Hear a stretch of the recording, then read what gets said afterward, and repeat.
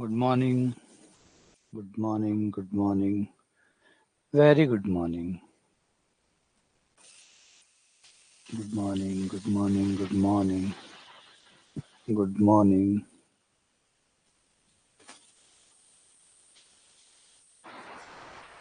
राधे राधे, जय श्री कृष्ण। राधे राधे राधे राधे।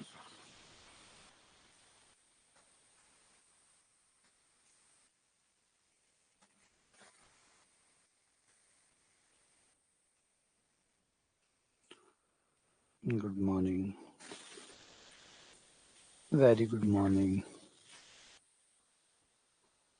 तो कल हमने शुरू कर दिया था डिफरेंशियल इक्वेशन, अवकल समीकरण। तो आज हम पढ़ेंगे। पहले तो जो हमने कल कहा था कि पहले तो हम इसका महत्व पढ़ेंगे, इसके बारे में जानेंगे कि भाई क्यों पढ़े, क्यों पढ़े, है ना। ये बहुत इंपॉर्टेंट पॉइंट होता है। ये सबसे पहला जो क्लास होती है वो सबसे महत्वपूर्ण होती है, क्योंकि ये वो बताती है, ये आपको उद्देश्य देती है, ये पढ़ने का कारण देती है, ये वजह देती है कि भाई क्यों पढ़े, है ना। क्यों पढ़ें, किस लिए पढ़ें। सिर्फ इसलिए पढ़ें कि पेपर में आने वाला है, तो ये थोड़ी कमजोर वजह है। ये कारण है ये, लेकिन कमजोर है। ये इतना कमजोर कारण है कि कुछ समय के लिए वैलिड है ना। एक लिमिटेड टाइम वैलिडिटी है कि भाई ठीक है, आप डिफरेंशियल इक्वेशन इसलिए पढ़ रहे हैं कि अगले 2 महीने बाद या अगले 6 महीने बाद या अगले 12 महीने बाद एक परीक्षा होने वाली है और वो पास हो जाए। तब तो सिर्फ ये 1 साल की वैलिडिटी वाला आंसर हुआ, ऐसा आंसर जो सिर्फ 1 साल काम करेगा। लेकिन कुछ और वजह, जैसे कि अगर इसे ग्लोबल देखें, अगर व्यापक तौर पे देखें, तो दुनिया भर में इसको इसलिए तो नहीं पढ़ा जाता होगा कि आरपीएससी का एग्जाम लग रहा है, या बाकी सभी देशों में देखें, या जिनमें टेक्नोलॉजिकल डेवलपमेंट हो रहे हैं, एडवांसमेंट हो रहे हैं, उन लोग वो लोग जो अवकल समीकरण पढ़ रहे हैं, तो निश्चित तौर पे कुछ तो ऐसा है, कुछ ऐसा बड़ा है जो आपके आरपीएससी से भी ज्यादा गहन है। कुछ ऐसा है जो लाइफ लॉन्ग है, मतलब ऐसे उद्देश्य हैं जीवन भर आप पढ़ते रहेंगे तो भी कम पड़ेगा। तो कुछ बड़ा रूप जरूर इसका अवेलेबल होगा, जरूर इसका एक बड़ा फॉर्म होगा। तो उसी के बारे में बात करने वाले हैं कि अवकल समीकरण हम क्यों पढ़े। आरपीएससी के लिहाज से पढ़ें वो तो जरूरी है क्योंकि कंपटीशन की तैयारी कर रहे हैं, लेकिन थोड़े और वजह हो तो मजा आ जाए, पढ़ने का आनंद आ जाए। तो कुछ और वजह ढूंढते हैं कि इसे हम क्यों पढ़े। तो कहानी शुरू करते हैं अवकल समीकरण की। देखिए, शुरुआत से कहानी को समझते हैं। बड़ी इंटरेस्टिंग स्टोरी है इनकी कि नॉर्मली क्या होता है, इस प्रकृति में क्या होता है। इस प्रकृति के थोड़ा सा आधारभूत संरचना को समझे तो आप जब भी किसी चीज को निकालने जाते हैं इस प्रकृति में, हर चीज इस प्रकृति से हमें मिली है। हमने यहाँ पे कुछ भी नहीं बनाया है, हमने यहाँ कुछ भी नहीं बनाया, हमने यहाँ पर खोजा है। हमने बनाया नहीं है, हमने खोजा है। जैसे अगर आप कहते हैं कि हमारी जो चेयर है, तो हमारी चेयर लोहे से बनी होगी, लकड़ी से बनी होगी। तो लोहा और लकड़ी हमने कहाँ से लिया होगा? प्रकृति से। लोहा और लकड़ी किससे लिया होगा? प्रकृति से। अगर आज धातुएं जिनका हम इस्तेमाल करते हैं वो हमने कहाँ से लिए? प्रकृति से। तो मोटा मोटी जो चीज हम यहाँ अपने आसपास इर्द गिर्द देख पा रहे हैं, चाहे ये बोर्ड हो, चाहे ये पेन हो, चाहे मेरी टी शर्ट हो, चाहे मेरा चश्मा हो, ये सारी चीजें हमने प्रकृति में से ही खोज के निकाली है। हाँ, बाद में हमने बनाए। ये वो जो धातुएं, वो पदार्थ जिससे ये सब कुछ बना है, वो हमने प्रकृति ने ही हमें दी है। और प्रकृति ने से निकाल कर हमने इसको सांचे में ढाला है। चश्मा बना दिया, कॉपी बना दी, चेयर बना दी, टेबल बना दी। उसके बाद हमारे खांचे थे जिसमें हमने इनको ढालकर एक रूप दे दिया। हमारे उपयोगिता के हिसाब से हमने इन्हें रूप दे दिया। तो शुरुआत होती है प्रकृति से, हर चीज प्रकृति में ही है, प्रकृति से निकाला जाता है। अब निकालने के लिए ज्ञान की आवश्यकता है। ये बात सच है कि निकालने के लिए ज्ञान की आवश्यकता है, वरना अगर ज्ञान ना होता तो आप निकाल ही नहीं पाते, क्योंकि प्रकृति में सारी चीजें उस रूप में नहीं मिलती जिस रूप में अभी आप उनको यूज कर रहे हैं। जैसे मेरा ये चश्मा, क्या प्रकृति में सीधे चश्मे बने हुए मिलते हैं? आपने खुदाई की, चश्मा बाहर आ गया, लगाया और चल पड़े, ऐसा तो नहीं होता होगा। इस तरीके से तो नहीं होता होगा, है ना। आप गए, पहाड़ को खोदा, वहां से कुर्सी और टेबल निकाल के घर ले आए, इस तरीके से तो नहीं मिलता होगा प्रकृति में। प्रकृति में अगर कोई चीज मिल रही है तो वो इस फॉर्म में तो नहीं होगी जिस फॉर्म में आपको उसको उपयोग में लेना है, काम में लेना है। तो प्रकृति में वो चीज उस फॉर्म में है ही नहीं। प्रकृति में वो चीज बहुत ज्यादा कच्चे रूप में, रो रूप में है। मतलब एक तरह से यूं मानिए कि उसे देख के अंदाजा ही नहीं लगा सकते आप कि क्या ये चीज मेरे काम आ सकती है। मतलब यूं लगेगा जैसे कोई कचरा है ना। अगर आप सोने को भी अगर आप देखें, आज सोने के आभूषण बनने के बाद में, ज्वेलरी बनने के बाद बहुत खूबसूरत लगते हैं, लेकिन अगर आप शुरू में सोने को देखें तो आपको विश्वास ही नहीं होगा कि क्या ये वही सोना है जो आगे जाके हार बनने वाला है, आगे जाके अंगूठी बनने वाला है, विश्वास ही नहीं कर सकते कि ये वो है। ऐसे अगर आप पेट्रोल, डीज़ल इनको देखें, शुरुआत में जब इनका कच्चा रूप है उसको देखें तो कभी विश्वास ही नहीं होगा कि ये वो पेट्रोल, ये वो डीज़ल बनने वाला है जिससे गाड़ियाँ चल रही है। तो कच्चा रूप बहुत, बहुत, बहुत खराब रूप होता है, बहुत अस्पष्ट रूप होता है जिसको नहीं समझा जा सकता। लेकिन जैसे-जैसे आप उसको रिफाइन करते हैं, जैसे-जैसे आप उसका शुद्धिकरण करते हैं, शुद्धिकरण करने के बाद होता है कमाल। फिर वो उसमें से एक्सट्रैक्ट कर लेते हैं, आप निकाल लेते हैं। इतना ये है, इतना ये है, इतना ये है और उसे अलग-अलग रूपों में बाँटकर अपनी उपयोगिता के हिसाब से अलग-अलग हम उसको यूज़ करते हैं और फिर वो कमाल करने लग जाता है। यही होता है, यही सारी चीज़ों के साथ नियम लागू है। प्रकृति आपको कच्चे रूप में देती है, मिक्स रूप में देती है, मिलाकर देती है, फिर आप उसे उठाते हैं, उसे रिफाइन करते हैं, शुद्ध करते हैं और उसमें से अपने-अपने काम-काम की चीज़ें निकाल के अपने दैनिक जीवन में उपयोग करने लग जाते हैं। ये प्रकृति का देने का तरीका है। प्रकृति आपको सीधी फॉर्म में कभी भी नहीं देती, डायरेक्ट फॉर्म में नहीं देती, आपको यूँ ही करना पड़ता है ना? ज़रूरी भी है, ये ठीक है। अब यही चीज़ सब चीज़ों पे लागू होती है। हर चीज़ पे आप जाएँगे तो मोटा-मोटी आपको ऐसा-सा ही कुछ नज़र आएगा, है ना? अगर आज आप अगर केले को भी देखें, एक एग्ज़ाम्पल के लिए केले का एग्ज़ाम्पल ले लें। आज जिस केले को आप खा पा रहे हैं, यकीन नहीं होगा लेकिन ये केला वो नहीं है जो प्रकृति हमें देती है। ये प्रकृति अगर आपको असली केला देखना है, तो वो जानलेवा है। जो जंगली केला होता है, जो जंगल में पाया जाता है, उस केले को देखिए वो म्यूटेट नहीं हुआ है। वो म्यूटेट नहीं हुआ है, वो उसी रूप में है जो शुरुआती रूप था। तो अगर आज उस केले को कोई खा लेता है, जंगली केले को, तो मजाल है कि उसे बचा पाए। साइनाइड से भी ज़्यादा खतरनाक है वो। तो आज ये केला फिर ऐसा कैसे हो गया? तो हमने इसको म्यूट किया, हमने इसको बदला, हमने इसको उपयोगी बनाया और फाइनली आज ये खाने लायक हो गया। सभी के साथ ऐसा ही कहानी हुई है। अगर ज़्यादातर चीज़ों के साथ देखेंगे तो म्यूट कर करके बदल के और हम तो खुद भी ऐसे ही नहीं थे। हम तो खुद भी ऐसे ही नहीं थे। हमने तो खुद का भी इवोल्यूशन किया है। आज जिस रूप में हम हैं, क्या हम शुरुआत में ऐसे ही थे? जब प्रकृति में हमारी शुरुआत हुई थी, तो क्या हम ऐसे ही थे? बोला नहीं, कोई कहता है हम चिंपैंज़ी थे, कोई कहता है हम कुछ थे, कोई कहता है हम कुछ थे, कोई कहता है हम ये जानवर थे, कोई कहता है हम अम्बीबा थे, कोई कह रहा है कुछ हम होते, कोई कह रहा है हम शेल थे, है ना? और हम धीरे-धीरे इवॉल्व होकर आज इस परफेक्ट फॉर्म में पहुँचे हैं, तो समय लगा है ना? इवॉल्व हुए हैं, तो बस यही है। हम भी खुद भी एक कच्चे रूप में यहाँ आए थे और धीरे-धीरे शोधित होते-होते, सुधार होते-होते हम इस रूप में पहुँच गए और ये सब चीज़ों के साथ लागू होता है। ये प्रकृति का देने का एक तरीका है। अब ये तरीका और भी ज़्यादा कॉम्प्लिकेटेड हो जाता है जब आप घटनाओं को देखते हैं। जो प्रकृति में होने वाली घटनाएँ हैं, ये तो हो गया धातुओं को निकालने के लिए। आपको यकीन हो जाएगा इस बात से कि एल्युमीनियम किसी समय एल्युमीनियम जो था, वो सोने से ज़्यादा महँगा हुआ करता था। आज यकीन नहीं होगा कि कोई भी सोचेगा नहीं कि एल्युमीनियम सोने से ज़्यादा महँगा था, बिल्कुल। एक समय था जिसमें एल्युमीनियम जो था, वो सोने से ज़्यादा महँगा चलता था। कारण क्या था कि एल्युमीनियम जो था, उसको परिशुद्धता करना, उसको शुद्ध करना बहुत ज़्यादा खर्चीला था। और जो चीज़ को जितना साफ करना, सुधार करने में जितना ज़्यादा पैसा खर्च होता है, उतनी उसकी कीमत में वो पैसा ऐड हो जाता है। सीधी-सीधी बात है, धरती पे कोई चीज़ कितनी रेयर मिल रही है, प्लस उसको निकालने में, उसको बाहर निकालने में, शुद्ध करने में कितना खर्चा लग रहा है, वो सारा का सारा जुड़ के उस धातु या उस वस्तु की कीमत बनाता है। तो वो सब चीज़ें उसमें मिल जाती है, सबका प्रॉफ़िट भी है, लाभ भी है, वो भी जुड़ जाता है। तो एल्युमीनियम को निकालने के लिए बहुत महँगा खर्चा आता था, बहुत ज़्यादा हो जाता था, वो सोने से भी ऊपर चला जाता था। तो ये समय था। फिर नई तकनीक आई, नई तकनीक ने दिखाया कि एल्युमीनियम को बहुत आसानी से जो आपको पढ़ाया भी जाता है 10वीं क्लास में एल्युमीनियम के बारे में कि एल्युमीनियम का शुद्धिकरण कैसे करें, तांबे का शुद्धिकरण कैसे करें, लोहे का शुद्धिकरण कैसे करें। शायद 10th क्लास में टॉपिक हुआ करते थे जब हम पढ़ा करते थे। अब है या नहीं है मुझे नहीं पता। लेकिन 10th में पहले शुद्धिकरण हुआ करते थे। एल्युमीनियम का शुद्धिकरण कैसे होता है, लोहे का शुद्धिकरण कैसे होता है और एक था तांबे का शुद्धिकरण कैसे होता है। तो फिर इनकी एक बहुत ही एफिशिएंट विधियाँ ढूँढ ली गई, जिससे बहुत आसानी से और बहुत कम खर्चे में शुद्धिकरण संभव था और फिर एल्युमीनियम के भाव सब नीचे आ गए और एल्युमीनियम सोने से काफ़ी नीचे चला गया और आज कोई कंपेयर ही नहीं है। आज कोई कंपेयर ही नहीं है। फिर जैसे आज सोना है, तो सोना के भाव क्यों हैं? क्योंकि इसलिए कि सोने का शुद्धिकरण महँगा है। सोना अवेलेबल कम मात्रा में प्रकृति में कम मात्रा में मिलता है।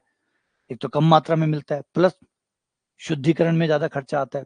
नंबर 3 डिमांड ज़्यादा है। अगर 100 ग्राम सोना निकल रहा है, तो डिमांड 200 ग्राम है। तो अपने आप ही 100 ग्राम सोने की कीमत 200 ग्राम के बराबर हो रही है। तो 3 फैक्टर मिलके सोने की रेट को ये बनाते हैं। कल मानते हैं एक खाद्यान्न मिल जाती है, बड़ी खाद्यान्न मिल जाती है। एक नंबर 2 शुद्धिकरण के कोई और रास्ते मिल जाते हैं जो लो कॉस्ट पे, बहुत सस्ती कॉस्ट पे। जैसे अभी थोड़े दिनों पहले आया होगा, आप लोगों ने पढ़ा कि चाइनीज़ ने अभी पानी की बैटरी डेवलप की है। पानी वाली जो बैटरी है वो डेवलप की है, यानी जो बैटरीज होंगी वो लिथियम आयन बैटरीज, अभी तक सबसे एफिशिएंट बैटरियों को लिथियम आयन बैटरीज कहते हैं, जिसमें लिथियम आयन का इस्तेमाल किया जाता है। अभी चाइनीज ने नया इनोवेशन किया है जो कि शायद बैटरी इंडस्ट्री को बहुत बड़े पैमाने पे बदल देगा, जिसमें उन्होंने वाटर को इस्तेमाल किया कि पानी की सहायता से आप बैटरी को चार्ज कर सकते हैं और डिस्चार्ज, तो अपने आप वो लाइट जब आप लोगे तो डिस्चार्ज हो जाएगी पानी की सहायता से। तो अपने आप में इसका मतलब है अब आपके लिथियम के ऊपर डिपेंडेंसी बिल्कुल खत्म हो जाएगी और पानी अवेलेबल है, पानी की कोई दिक्कत नहीं, समुद्र भरे पड़े। तो एक परफेक्ट चीज अब चाइनीज ने जो ढूंढी है तो बदल देगा, बैटरी मार्केट को ही बदल देगा। ये आने वाले 5 या 6 सालों में ये पूरे बैटरी मार्केट को चेंज कर देगा और जो ईवी है और है इसको भी पूरे तरीके से अलग ही मुकाम पे लाएगा। जैसे एल्युमिनियम की कहानी मैं सुना रहा हूँ कि एक टाइम सोने से ऊपर था और आज सोने के आसपास ही नहीं है। तो हुआ क्यों? क्योंकि आपने एक लो इफेक्टिव तरीका ढूंढ लिया जिससे उसके रेट नीचे आ गए। ऐसा ही इनके साथ भी देखने को मिलेगा बैटरीज में और में भी, क्योंकि आप लोग लगातार इन्वेंशन करते हैं, लगातार नई चीजें ढूंढ के लाते हैं और वो नई चीजें मानव सभ्यता को और आगे बढ़ाती हैं। तो जैसा इसमें भी हो रहा है वैसा ही शायद होने वाले टाइम में सोने के साथ। ये कोई स्थिरता नहीं है कि सोना हमेशा हाई पे रहेगा, कभी एल्युमिनियम भी हाई पे था, कभी और धातुएं भी हाई पे थी, लेकिन धीरे धीरे ऊपर नीचे होती रही। क्यों? मिलने पे, अवेलेबिलिटी पे, अवेलेबिलिटी बढ़ेगी, डिमांड एंड सप्लाई काम करेगा और चीजें बदल जाएगी। तो यही कहानी हमारे साथ भी लागू होती है। अब थोड़ा सा इस पे और बाहर चलते हैं, धातुओं से बाहर निकल के बात करते हैं। तो प्रकृति की घटनाएं भी ऐसे होती है, जब आप हवाओं को चलते हुए देखते हैं, जब तूफान आ रहा होता है, जब आंधियां चल रही होती है, जब बाढ़ आती है, तो ये जो घटनाएं अब आप देखते हैं, जैसे डिजास्टर्स आप कह सकते हैं कि भैया काफी लोग मर गए, भूकंप को आप देखते हैं, तो इन सब चीजों को जब आप देखते हैं और स्टडी करने का फैसला करते हैं कि भैया मैं पढ़ाई करूंगा, मैं समझूंगा कि बाढ़ कब आती है, बाढ़ कब आती है। एक कई इलाके ऐसे हैं भारत के जिनमें नियमित क्रम में बाढ़ आती है। तो आप जाके देखना चाहते हैं कि भाई बाढ़ जो है वो कैसे काम करती है, क्या फैक्टर्स है और कैसे पता चल जाए कि बाढ़ आने वाली है, कैसी आने वाली है और उसको कैसे कंट्रोल किया जा सकता है। अगर आप किसी चीज को समझने लग जाते हैं तो आप उसको कंट्रोल करने लग जाते हैं। ये बड़ा शानदार चीज है। अगर आप किसी चीज को नियंत्रित कर पाते हैं, अगर आप उसको कंट्रोल समझ पाते हैं तो आप उसको नियंत्रित कर पाते हैं। जैसे एक घोड़ा है, अगर आप उसे समझ पा रहे हैं तो आप उस घोड़े की सवारी कर सकते हैं, लेकिन अगर आप नहीं समझ पा रहे हैं और फिर अगर आप घोड़े पे बैठ गए तो वो आपके लिए जानलेवा होगा, है ना? तो इंपॉर्टेंट चीज है जानना। अगर हम पुराने काल में देखें, आदि काल में, तो शुरुआत में क्या होता था? शुरुआत में जब मानव सभ्यता विकसित हुई होगी तो ऊपर बिजली कड़कती होगी, बिजली कड़कती होगी तो इंसान समझ नहीं पाता था कि ये क्या है, तो वो डरता था, डरता था तो वो भक्त बन जाता था, वो बिजलियों की पूजा करना शुरू कर देता होगा कि भाई अब क्या करे, उसे लगा कि ये कोई कहर है, मुझे जान ले लेगा, जान ले लेगा, तो उसने हाथ जोड़ना शुरू कर दिया, पूजा करनी शुरू कर दी। उसे हर चीज जिससे डर लगा उसने उसकी पूजा करनी शुरू कर दी। उसे ऐसा लगा इसकी पूजा करने, इसके पाठ करने, इसका नाम लेने से, या इसको कोई चला रहा होगा उसकी पूजा करने से, उसके नाम जाप करने से शायद ऐसा कुछ हो जाएगा कि ये चीज मेरे पे कहर नहीं बरसाएगी, इससे मेरी जान नहीं जाएगी, मेरा कबीला सुरक्षित रहेगा। कुछ इस तरीके का आइडिया रहा होगा, तो उन्होंने इसको पूजना शुरू कर दिया। उसे लगा कि पूजा करना या इनको मनाना, इनके लिए प्रेयर करना, प्रार्थना करना शायद इनको हमसे बचाएगा। तो इस तरीके से कुछ सोच शुरुआत में डेवलप हुई है। ये लगातार चलता गया, फिर उसे लगा कि नहीं यार, हम चाहे कुछ भी करें, ये तो लगातार यूं ही कड़कती रहेंगी, यूं ही बसती रहेंगी, कभी धरती पे गिरेंगी भी, लोगों की जान भी लेंगी, ये हमेशा होती रहेगी। तो उसे लगा कि इसे कोई कंट्रोल नहीं कर रहा, ये हो रही है, जैसे हवाएं चल रही है, चल रही है, कोई कंट्रोल नहीं कर रहा, कोई ऐसे नहीं कह रहा, हवाओं को आदेश नहीं दे रहा कि जाओ चल लो, बिजलियों को कोई आदेश नहीं दे रहा कि जाओ कड़को। तो उसे थोड़ा थोड़ा समझ में आया कि यार पूजा करने की जरूरत नहीं है, इनको समझने की जरूरत है। पूजा करने की जरूरत नहीं है, प्रार्थना करने की जरूरत नहीं है, इनको समझने की जरूरत है। अगर हम समझेंगे तो इनसे अपने आप को बचा भी पाएंगे, प्लस इनका इस्तेमाल भी कर पाएंगे। फिर हमारा दूसरा हिस्सा शुरू हुआ जिसको विज्ञान कहते हैं। विज्ञान में हमने चीजों से डरना बंद कर दिया, बजाय समझना शुरू कर दिया। हम सांपों से भी नहीं डरते बल्कि समझते हैं कौन से सांप जहरीले हैं, कौन से नहीं है। जो जहरीले नहीं है उनसे काहे का डरना, पकड़ो बच्चे खेलो, उनके साथ खेलो, ज्यादा से ज्यादा वो दांत मार सकता है, उससे ज्यादा कोई खतरा नहीं है, क्योंकि जहर है ही नहीं, तो जहर है ही नहीं तो क्या कर लेगा। तो हमने जब समझा तो उनका कोबरा से डर निकल गया। तो वो भी खतरनाक होता है, जानलेवा होता है, लेकिन हमारा डर निकल गया क्यों, हम समझने लग गए। तो हमने समझना शुरू किया प्रकृति को, और जैसे जैसे हमने समझना शुरू किया हम पहुंचे एक और भौतिक घटना की तरफ, एक और चीज की तरफ जिसका नाम है अवकल समीकरण। जैसे जैसे हम घटनाओं में गहराई में उतरते गए, हमने बाढ़ का अध्ययन किया, जब बाढ़ के अंत में पहुंचे, अंत तक उसकी गतिविधियों को पकड़ा, उसको गणित के रूप देने की कोशिश की, तो लास्ट में जाके वो एक अवकल समीकरण में परिवर्तित हो गई। हमने एक पेंडुलम को देखा कि पेंडुलम गति कर रहा है। जब हमने उसको देखा और समझा कि क्यों गति कर रहा है, कैसे गति कर रहा है, क्या कारण है, धीरे धीरे हमने जब उसके ऊपर अपने विज्ञान, अपनी समझ, अपनी गणित को लगाया, लास्ट में वो एक अवकल समीकरण बन गई। फाइनली वो एक अवकल समीकरण बन गई। हर चीज के साथ हमारा ऐसा ही हुआ। हर चीज के साथ आप छोटी से छोटी और बड़ी से बड़ी घटनाओं को उठा के देखिए। आप अपनी 11th को याद करिए। अगर आपको 11th याद आ रही हो, तो आप हर चीज को जब सॉल्व करते थे, धीरे धीरे वो एक अवकल समीकरण में कन्वर्ट हो रही थी। हर चीज। बीएससी में आने के बाद तो आपको लगा ही नहीं कि अवकल समीकरण ही फिजिक्स है, फिजिक्स ही अवकल समीकरण है। यानी हर घटना, चाहे वो कोई भी क्यों ना हो, हर घटना जाकर एक अवकल समीकरण का रूप ले लेती है। यानी इसका मतलब है कि जैसे हमने सोने के लिए कहा था, हमने लोहे के लिए कहा था कि वो कच्चे रूप में मिलता है। यहाँ पे भी भगवान ने भी क्या किया है, हर भौतिक घटना को एक अवकल समीकरण में पैक किया हुआ है। हर भौतिक घटना को, एक भूकंप आ रहा है, वो भौतिक घटना है, उसका भी एक अवकल समीकरण है। बाढ़ आ रही है, उसका भी एक अवकल समीकरण है। हवाएं चल रही है, उसकी भी एक अवकल समीकरण है। पेंडुलम गति कर रहा है, उसकी भी एक अवकल समीकरण है। आप कार चला रहे हैं, उसका भी एक अवकल समीकरण है। कोविड फैल रहा है, वो भी एक अवकल समीकरण है। जनसंख्या बदल रही है, वो भी एक अवकल समीकरण है।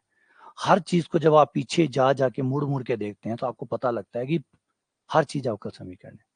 इसीलिए कहा जाता है कि एक कार्ल जेसन के नाम से एक गणितज्ञ थे, उन्होंने कहा था कि फाइनली हर चीज एक अवकल समीकरण में बदल ही जाएंगी।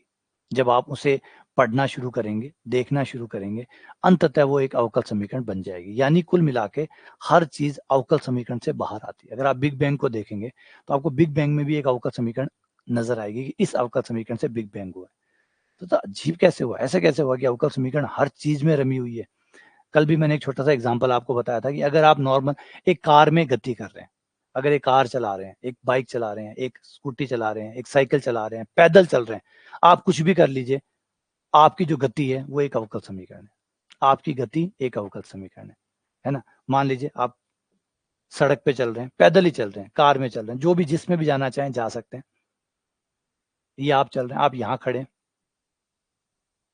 आप यहाँ खड़े, और जिस समय भी आप यहाँ खड़े हैं, अब मैंने यहाँ से आपको देखना शुरू किया, यहाँ तक आपकी दूरी जो है, विस्थापन जो था वो एस था, और यहाँ से आप थोड़ा सा आगे चले, थोड़ा सा अल्प,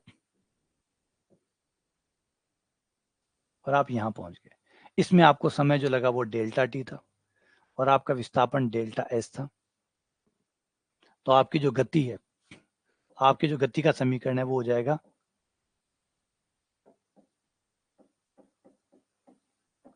अल्प समय में तय की गई विस्थापन। ये आपका वेग बन गया, जो कि ds ओवर dt हो गया, जो कि एक अवकल समीकरण है। आपकी गति का त्वरण एक अवकल समीकरण है।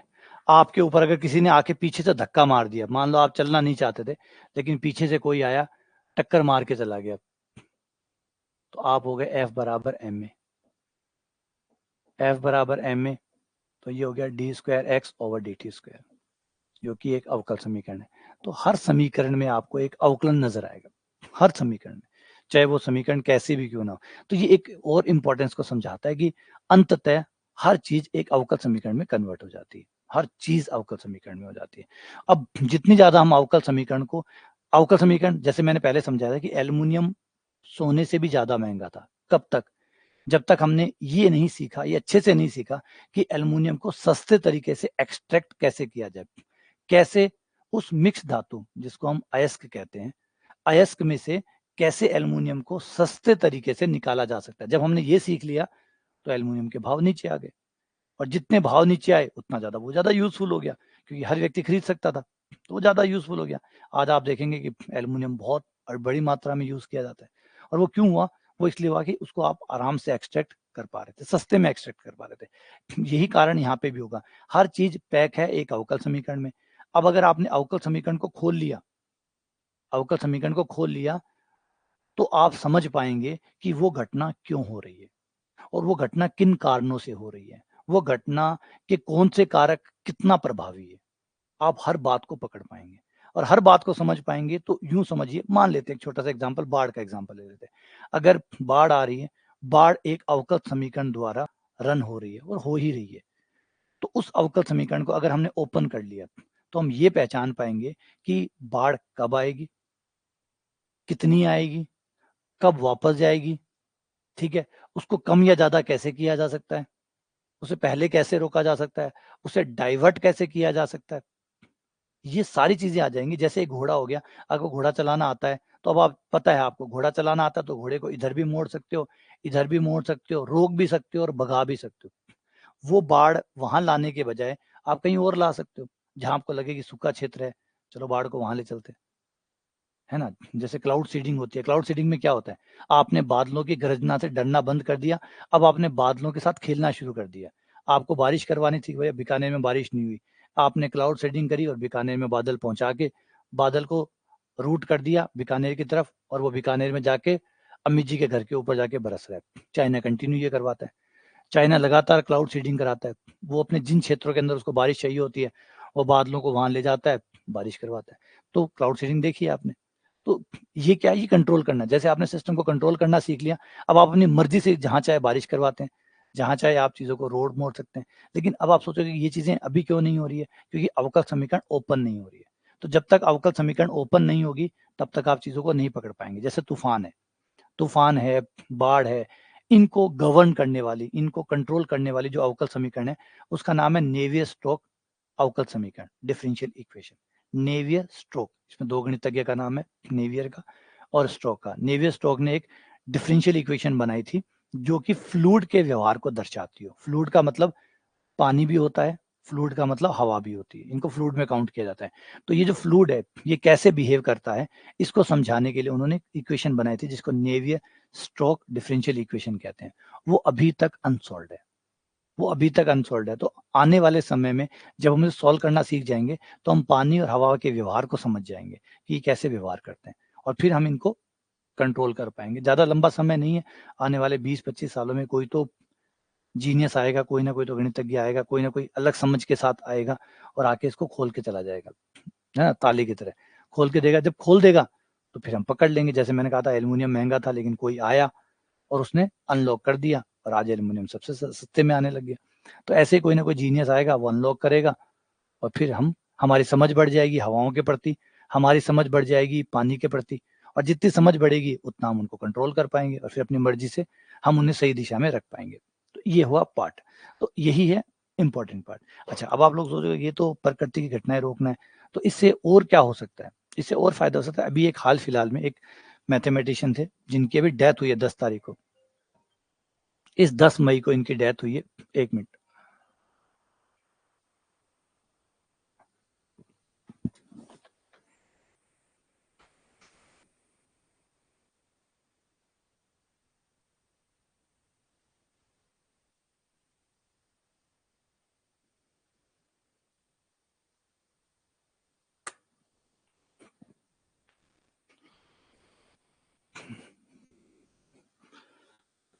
अभी इनकी डेथ हुई है जिनका नाम था जिम सिमंस।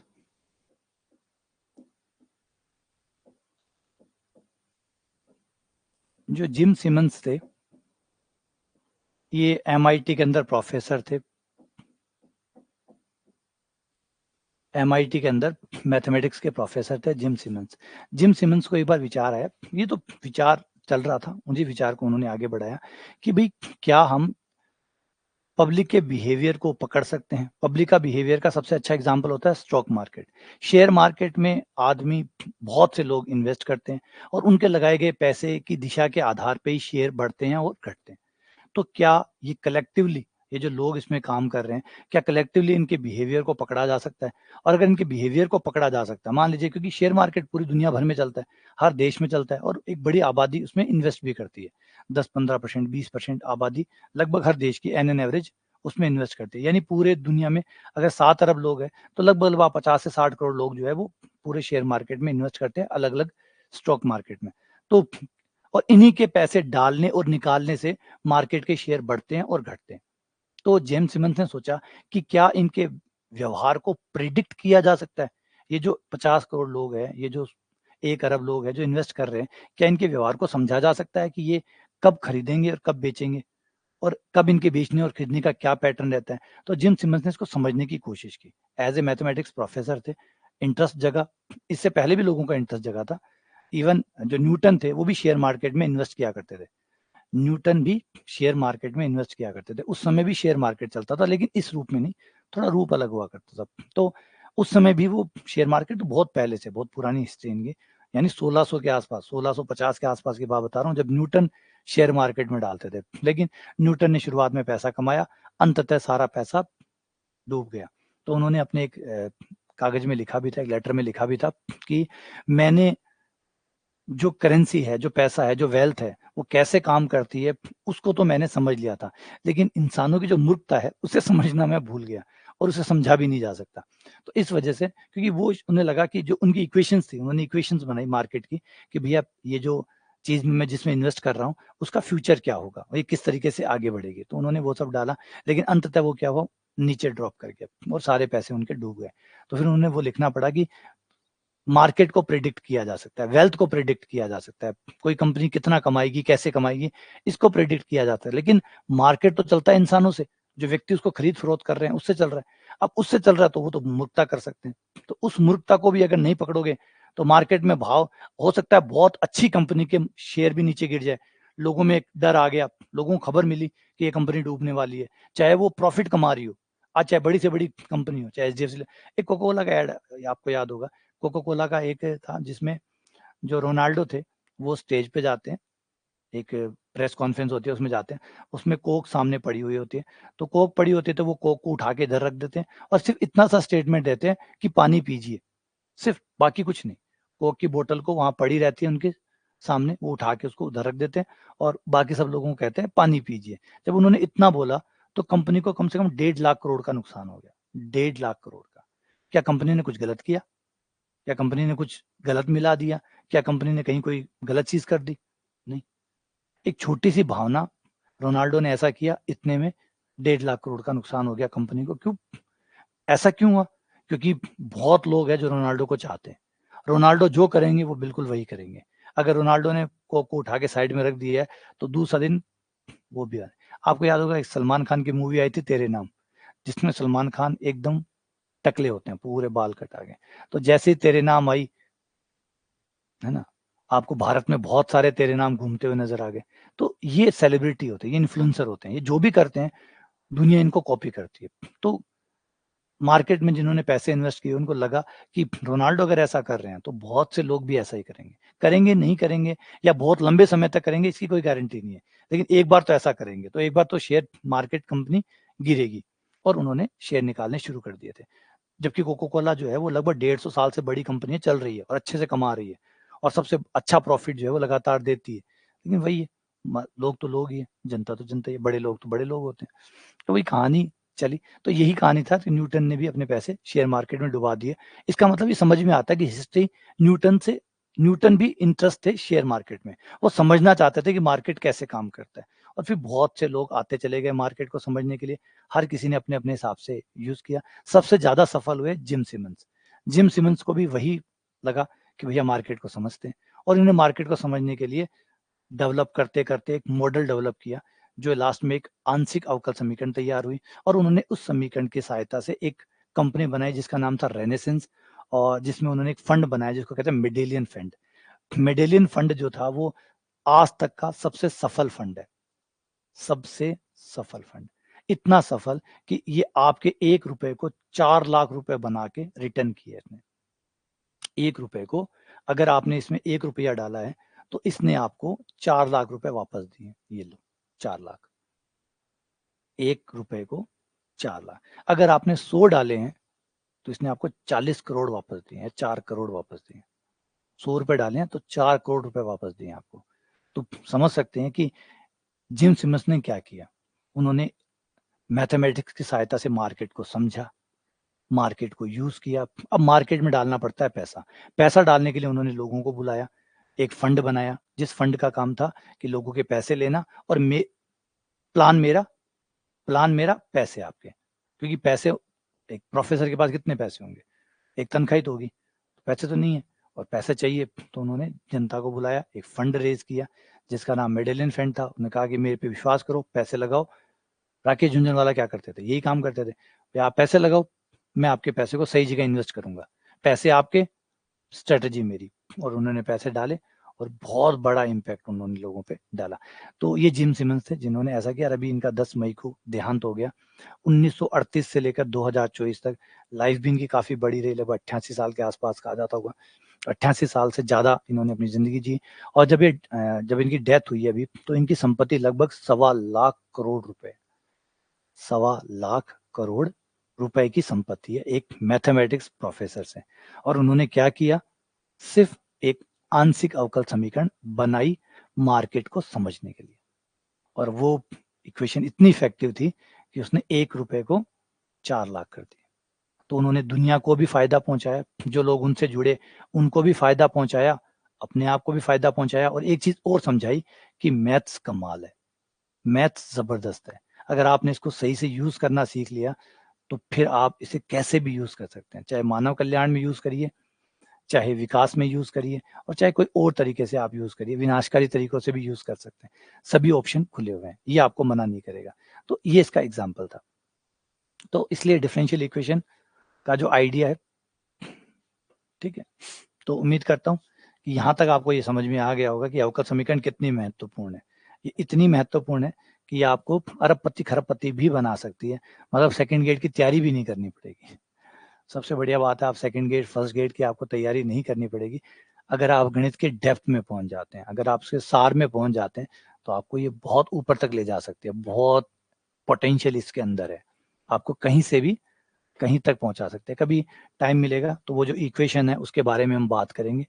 जिम सिमंस की जो इक्वेशन है, जिसके बल पे उन्होंने इतना बड़ा चमत्कार किया, और कैसे उन्होंने वो इक्वेशन बनाई, क्या मॉडल हुआ। मॉडल शब्द मैं बार बार यूज कर रहा हूँ, ये क्या है अभी थोड़ी देर में समझ में आ जाएगा। एक छोटा सा एग्जांपल आपको समझा देता हूँ जिससे आपको बात समझ में आ जाएगी, क्योंकि अभी ज्यादा ज्यादा थ्योरी चल रही है, तो थोड़ा सा एक ले लेते हैं। फॉर एग्जाम्पल मानते हैं कोविड का एग्जाम्पल ले लेते हैं। कोविड का एग्जाम्पल ले लेते हैं कि कोविड के टाइम पे भी डिफरेंशियल इक्वेशन जो है उसके बहुत सारे रूप सामने आए थे, है ना। तो ये कैसे काम करता है, थोड़ा सा उसको समझने की कोशिश करते हैं। जब कोविड आउटब्रेक हुआ था, तो जब भी कोविड चला था, तो हर देश के पास एक समस्या थी कि मेडिकल रिसोर्सेज लिमिटेड थे और पॉपुलेशन अनलिमिटेड थी। और ये सीधी सीधी बात है, अगर आज आप बैंक में जाओगे, बैंक में सबके पैसे जमा है, हम सबके पैसे बैंक में जमा है, लेकिन बैंक क्या सोच के चलती है, किस स्ट्रेटेजी भी काम करते हैं, बैंक को पता है कि भाई पैसे 100 लोगों के जमा है, लेकिन हर दिन निकालने और लेने वाले लोगों की संख्या 10 है। 10 लोग ही हैं जो लेने और निकालने और जमा कराने आएंगे, और उससे बराबर हो जाएगा। इसलिए बैंक के पास जितनी भी संपत्ति हो, बैंक में 1 रुपया नहीं दिखेगा आपको, 1 रुपया भी बैंक में नहीं दिखेगा। और लेकिन अगर सोचो आज, फिर बैंक क्या करता है, आपके 90% जो पैसा आपने जो जमा कराया है बैंक में, वो उसको आगे किसी को लोन में दे देता है, और लोन में देके इंटरेस्ट बनाता है, और इंटरेस्ट बना के एक इंटरेस्ट का हिस्सा आपको दे देता है और एक अपने पास रख लेता है। मान लीजिए आपसे उसने 6 रुपए इंटरेस्ट पे पैसा लिया, जो आप बैंक में जमा कराते हैं वो 6 रुपए हो गया, और बैंक उसको आगे भेज देता है मान लीजिए 12% के ऊपर। तो 12% पे भेज दिया, 6% आपको देने, तो 12 में से वो 6 आपको दे देगा, 6 अपने पास रख लेगा।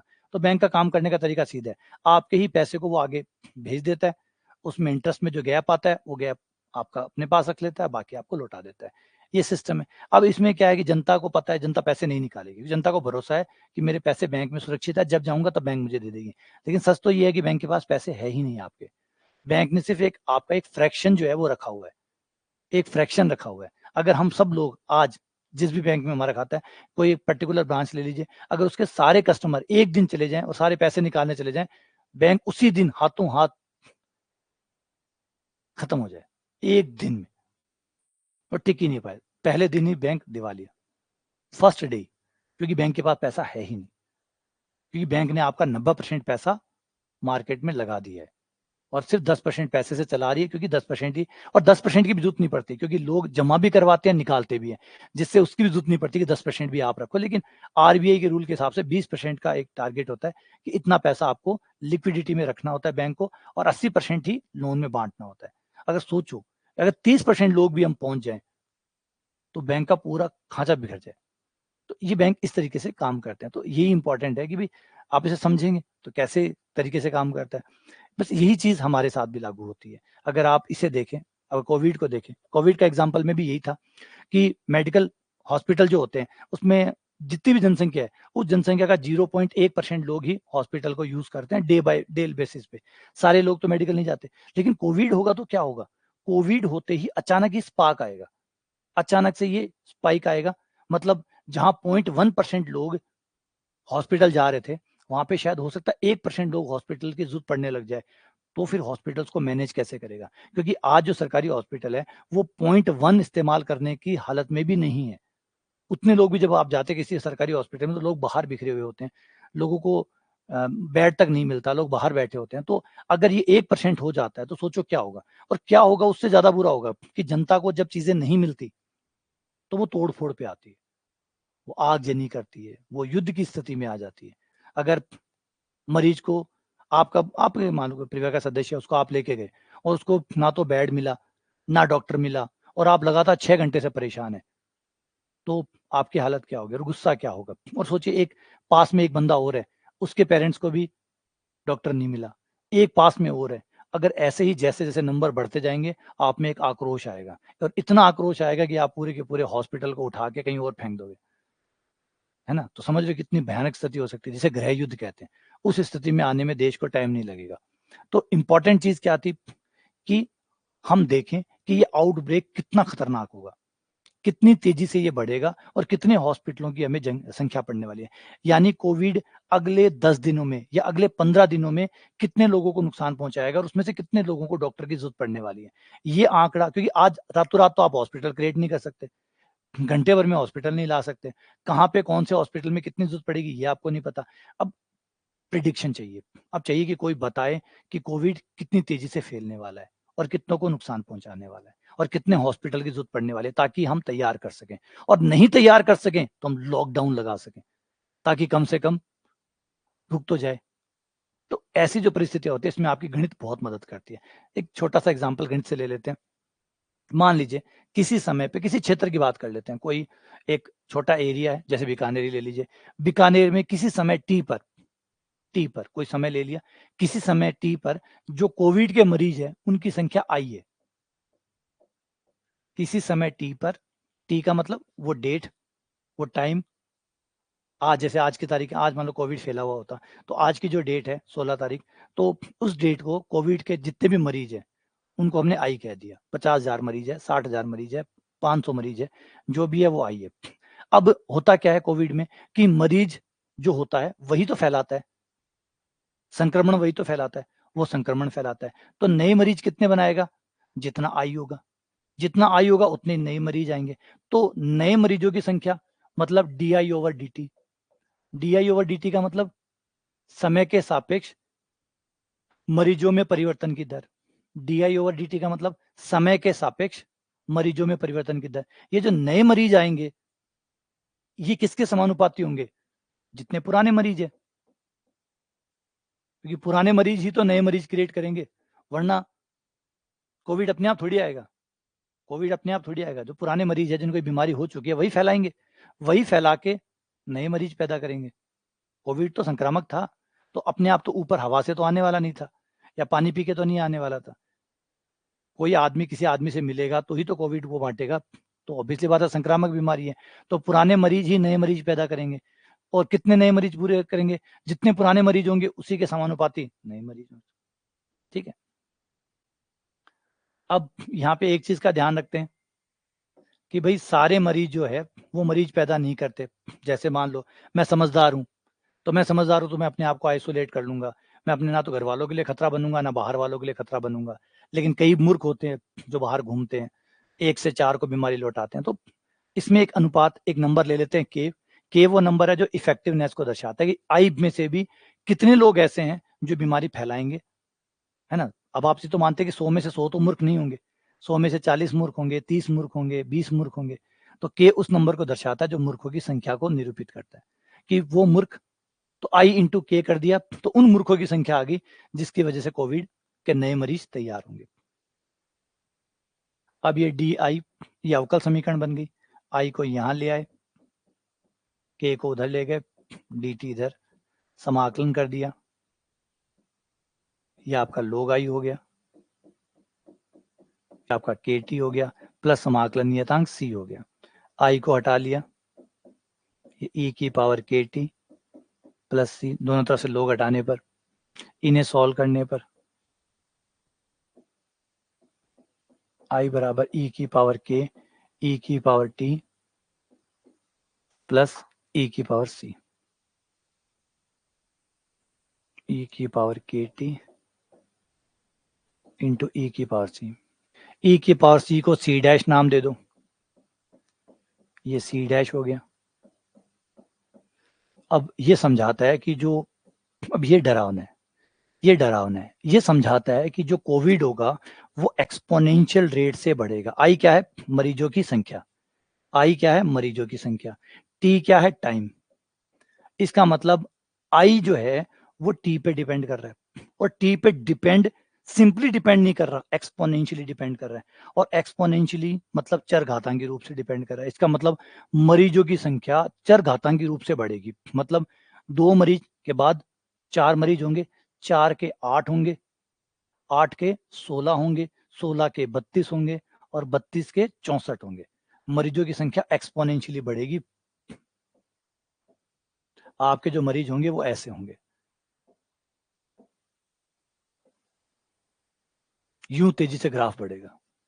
यानी यूं मानिए कि हर दिन आपके मरीजों की संख्या डबल हो जाएगी। अब हर दिन अगर मरीजों की संख्या डबल हो रही है, तो क्या आप हॉस्पिटल दूसरे दिन रात को 12 बजे से पहले पहले क्या आप उतने ही हॉस्पिटल जितने देश में है, क्या उतने हॉस्पिटल आप हाथों हाथ फिर बना सकते हैं?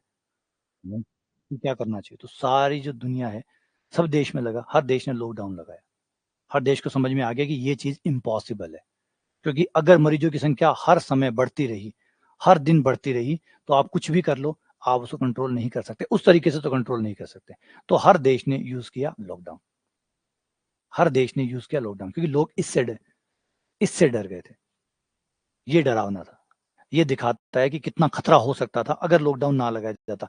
अब देखो, अब आप सोच सकते हैं कि ये चीज कोई इंपॉर्टेंट नहीं कि ऐसे ही बढ़ेगा।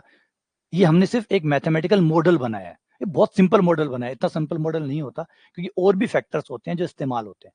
ये मैंने आपको सिर्फ एक एग्जांपल के तौर पे समझाने के लिए एकदम बड़ा सरल से सरल सिंपल मॉडल लिया है, जबकि बहुत सारे कारक और भी होते हैं। फॉर एग्जांपल, कई लोग ऐसे होते हैं जिनका कोविड का संक्रमण जो है वो नहीं होता। जैसे मेरे वाइफ को कोविड हुआ था, तो उसको जब कोविड रहा था, तो उसकी वजह से पूरे ब्रांच के अंदर लगभग वो 10 जने थे, और 10 जनों में से 9 जनों को शुरुआत में कोविड हो गया था, मेरी वाइफ को नहीं हुआ था। तो उसे कोई संक्रमण नहीं हुआ। कई लोग ऐसे भी होते हैं जिनको संक्रमण नहीं। अच्छा, उसे जब सेकंड टाइम हुआ, तो ब्रांच में कोई नहीं था, उसको संक्रमण हो गया। तो बहुत डिफरेंट तरीके से बिहेव करता है। तो थोड़ा एक फैक्टर और भी है, आदमी की इम्यूनिटी। और दूसरी बात, जिसको कोविड हो गया, क्या उसको हॉस्पिटल चाहिए? ये भी तो एक पैमाना है। हर किसी को हॉस्पिटल नहीं चाहिए था कोविड के अंदर। किसी को तो एसिम्प्टोमेटिक था, मतलब लक्षण ही नहीं आ रहे थे किसी के। तो उन लोगों को तो हॉस्पिटल छोड़ो, उनको तो किसी चीज की जरूरत नहीं थी। तो ये भी समझना होगा कि जितने मरीज थे कि सबको हॉस्पिटल चाहिए। फिर इसको भी और सुधारा जाता है कि भाई कितने लोग इसमें से ऐसे हैं जिनको हॉस्पिटल की जरूरत पड़ेगी। कितने लोग हैं, चलो हॉस्पिटल भी गए, दवाई दे दी डॉक्टर ने, घर जाओ, या फोन करके कह दिया कि दवाई ले लेना, आराम आ जाएगा, एक हो गए। इसमें से भी कितने लोग ऐसे हैं जिनको ऑक्सीजन चाहिए होगा। इसमें से भी कितने लोग ऐसे हैं जिनको आईसीयू चाहिए होगा। तो ये चीजें भी और आगे मॉडल को डेवलप करती है। फिर आप इसमें और अच्छे अच्छे मॉडल तैयार करते हैं, और एक परफेक्ट मॉडल पे पहुंचने की कोशिश करते हैं, जिससे कोविड को पूरे तरीके से जांचा परखा जा सके। और इस तरीके से मॉडल तैयार होता है। इसमें टाइम लगता है, इसमें समय लगता है, एफर्ट लगती है। खूब सारे डेटा इकट्ठे करते हैं कि कोविड किन किन चीजों से प्रभावित होता है, क्या क्या चीजें हैं, वो सारी चीजें आप मिलाते हैं और एक बेहतर मॉडल तैयार करते हैं। जैसे कोविड के टाइम पे हमने भी एक मॉडल तैयार किया था, जिसमें हमने सारे फैक्टर्स को ऐड करके एक कोविड मॉडल बना। काफी इफेक्टिव भी था वो। और उससे पहले भी कई लोगों ने, बाहर से भी बहुत सारे लोगों ने एक मॉडल्स बनाए थे, और वो भी अच्छे थे। इससे हम प्रेडिक्ट कर पा रहे थे कि कोविड कहाँ तक पहुंचेगा। तो ये इंपॉर्टेंट बात है कि ये अवकल समीकरण आपको वो बता सकती है जो कोई और आपको नहीं बता सकता। और जैसे मैंने इसका बता ही दिया अभी आपको, वो बताया था एग्जाम्पल शेयर मार्केट। और अब ये मत सोचिए कि ये सिर्फ कोविड को बताने के काम आएगा। जनसंख्या अगले 20 साल बाद कहाँ होगी, किसी देश की ग्रोथ क्या होगी, कोई देश कौन से निर्णय पे क्या उसका क्या इम्पैक्ट पड़ेगा, ये सब चीजें आप अवकल समीकरण की सहायता से पकड़ सकते हैं कि क्या होने वाला है। अगर आपके पास सही डेटा सेट हो, डेटा सही हो आपके पास, एक। नंबर 2, आपके पास मॉडल सही हो। मॉडल सही होने का मतलब है सारी जानकारियां कि कोविड को कौन कौन चीजें प्रभावित करती है, वो सारी चीजें आपको पता हो, और फिर आप उसे जब एक समीकरण में डालते हैं, सारी चीजों को डालना है। यहाँ तो मैंने सिर्फ एक ही बात डाली है जो कि आपको समझ में आ रहा होगा, सिर्फ अधूरापन है। मैंने यहाँ माना है कि हर व्यक्ति संक्रमित कर रहा है, जबकि जवाब है नहीं, हर व्यक्ति संक्रमित नहीं करता। हर व्यक्ति संक्रमित नहीं करता, नंबर एक।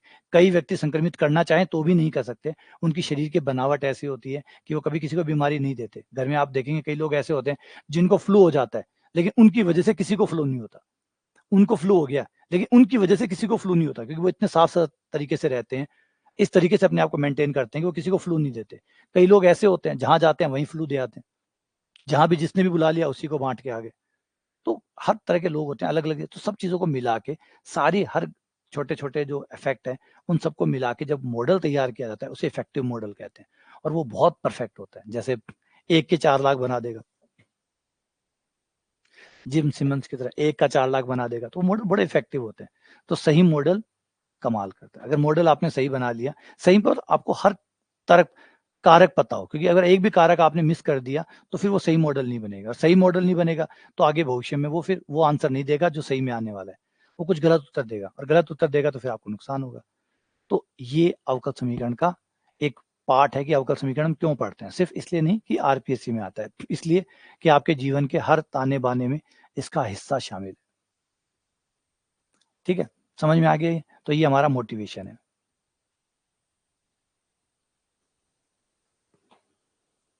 कि रिसर्च रिसर्च ही की जाती है। बहुत से लोग हैं जो रिसर्च करते हैं, बहुत से लोग हैं जो इसके ऊपर रिसर्च करते हैं, कंटिन्यू रिसर्च करते हैं।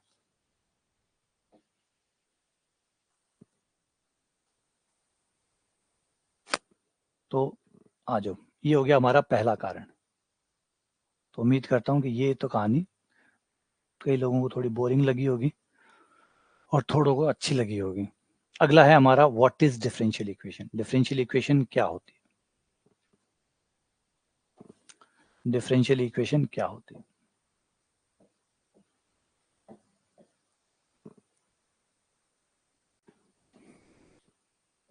नहीं, ये मेरा सिर्फ ये समझाने की जरूरत है कि कई लोग कुएं के मेंढे की तरफ होते हैं, उन्हें लगता है कि ये जो गणित है, ये जो हम लोग पढ़ रहे हैं, ये सिर्फ और सिर्फ सेकंड ग्रेड के लिए बनाई गई है। मतलब जब पाइथागोरस थे, जब एरिस्टोटल थे, जब थेल्स थे, उन लोगों ने गणित को या लॉजिक को इसलिए पढ़ा कि आगे आरपीएससी के एग्जाम करवाने हैं 2024 में, तो उसके लिए गणित बना के तैयार रख देते हैं ताकि बच्चे एग्जाम दे सकें, है ना? लगता होगा कई लोगों को, क्योंकि कई लोग जो नासमझ है उन लोगों को यही लगता है कि भाई वो जो लोग वहां बैठे हैं, वो जो लोग ये हजारों सालों से जो इसको पढ़ रहे हैं, बना रहे हैं, तैयार कर रहे हैं, उन लोगों ने ये सोच के बनाया होगा कि कभी ना कभी आरपीएससी गठन होगा आरपीएससी का, और आरपीएससी एग्जाम करवाएगी, उस समय उनको सिलेबस चाहिए होगा, तो उसके लिए मैथ बना के तैयार कर देते हैं ताकि बच्चे आरपीएससी का एग्जाम दे सकें और नौकरियां लग सकें। वरना कैसे लगेंगे? वरना नौकरियां कैसे लगेंगे? उनकी नौकरियों का क्या होगा? तो इसलिए गणित को उन लोगों ने बनाया होगा, है ना? उद्गम ये रहा होगा।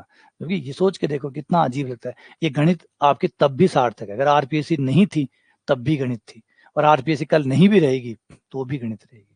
ये सदैव सदैव सदैव रहेगी, है ना? देश बनते रहे हैं, जाते रहे हैं, गणित पहले भी थी, गणित अब भी है, और गणित आगे भी है, और गणित लगातार हमारा मार्गदर्शन करती रहेगी उन सारी चीजों से। और गणित ही वो हथियार है जिससे हमने इस ब्रह्मांड में रहना सीखा है। अगर ये हथियार हमारे पास ना होता, ये समझ हमारे पास नहीं होती, तो हम शायद इसमें सर्वाइव ही नहीं कर पाते। अब इसमें सर्वाइव ही नहीं कर पाते, क्योंकि ये प्रकृति उस तरीके से नहीं बनी हुई है, ये कोई इंसानों के लिए नहीं बनी हुई है ना? इसमें किसी के लिए कोई भावना, भेदभाव वैसा कुछ नहीं है। कोई स्पेशल नहीं है कि इंसानों को अलग से ट्रीट करती है। अच्छा, अच्छा तुम इंसान हो, चलो वहाँ बैठ जाओ। अच्छा तुम जानवर हो, तुम वहाँ जाओ। ये प्रकृति इस तरीके से नहीं बनी है। प्रकृति अपने रूल से बनी हुई है, अपने नियमों से चलती है, उसको कोई लेना देना नहीं है। हाँ, बाढ़ वहां पे भी आती है जहाँ एकदम जगह खाली है, बाढ़ वहां पे भी आती है जहाँ एकदम भरा पड़ा है, जनता भरी पड़ी है, बहुत ज्यादा क्राउडेड एरिया, उन शहरों में भी बाढ़ आती है, बारिश उनमें भी तेज हो जाती है, बादल वहां पे भी फट जाता है। तो वो इस तरीके से नहीं देखती है प्रकृति कि इंसानों को कोई प्रिविलेज देती है प्रकृति, वो नहीं देती है। अगर आज हम 7 अरब हुए हैं तो इसलिए हुए हैं कि हमने यहाँ पे रहना सीख लिया, हमने यहाँ पे रहना सीख लिया है, हमने इसकी चीजों को यूज करना सीख लिया। आज जानवर है, हम कहते हैं वो एक्सटिंक्ट हो रहे हैं, वो गायब हो रहे हैं, विलुप्त हो रहे हैं। क्यों हो रहे हैं? क्योंकि उन्होंने इसके साथ रहना नहीं सीखा, इसका इस्तेमाल करना नहीं सीखा।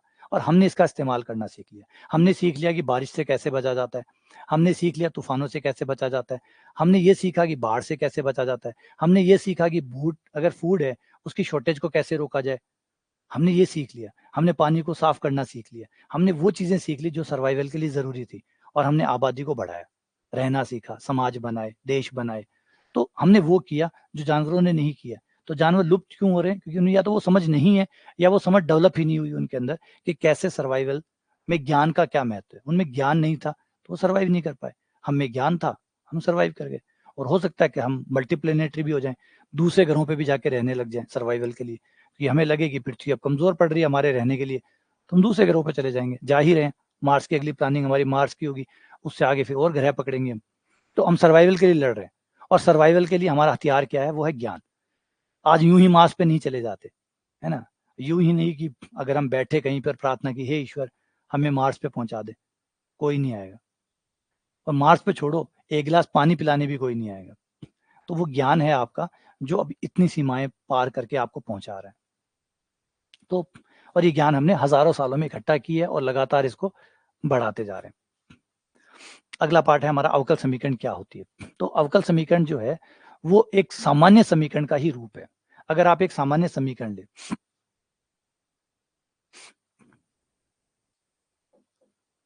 एक फैमिली ऑफ कर्व लें,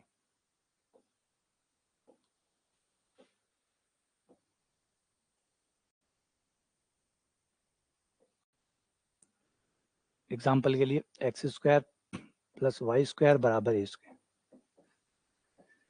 ये आपके फैमिली ऑफ कर्व। ये मैंने एक फैमिली ले ली। इसे फैमिली क्यों कह रहा हूं? क्योंकि ये एक व्रत नहीं है, ये एक व्रत नहीं है, ये अनंत व्रत है। जैसे जैसे आप इसमें ए का मान रखेंगे, ये आपको अलग अलग व्रत तैयार करके देंगे। ये सिंगल व्रत नहीं है, ये फैमिली है, परिवार है। ए का मान एक रखने पर पहला व्रत, दो रखने पर दूसरा व्रत, तीन रखने पर तीसरा, चार रखने पर चौथा, पांच रखने पर पांचवा, छह रखने पर छठा, और हर ए के मान के साथ साथ आपको एक सर्कल का समीकरण बनता जाएगा। तो आपको ढेर सारे समीकरण इससे बनेंगे, यानी ढेर सारे व्रत बनेंगे। और यूं मानो तो अनंत व्रत बनेंगे, क्योंकि ए का मान एग्जैक्टली एक ही नहीं होता, 1.1 भी होता है, 1.01 भी होता है। तो ये सर्कल पे सर्कल बनते जाएंगे। सबका केंद्र मूल बिंदु पे होगा, सबका केंद्र मूल बिंदु पे होगा, और ढेर सारे आपके सर्किल बन जाएंगे। अब यही इक्वेशन जो है, अगर मैं इसका अवकलन करूं,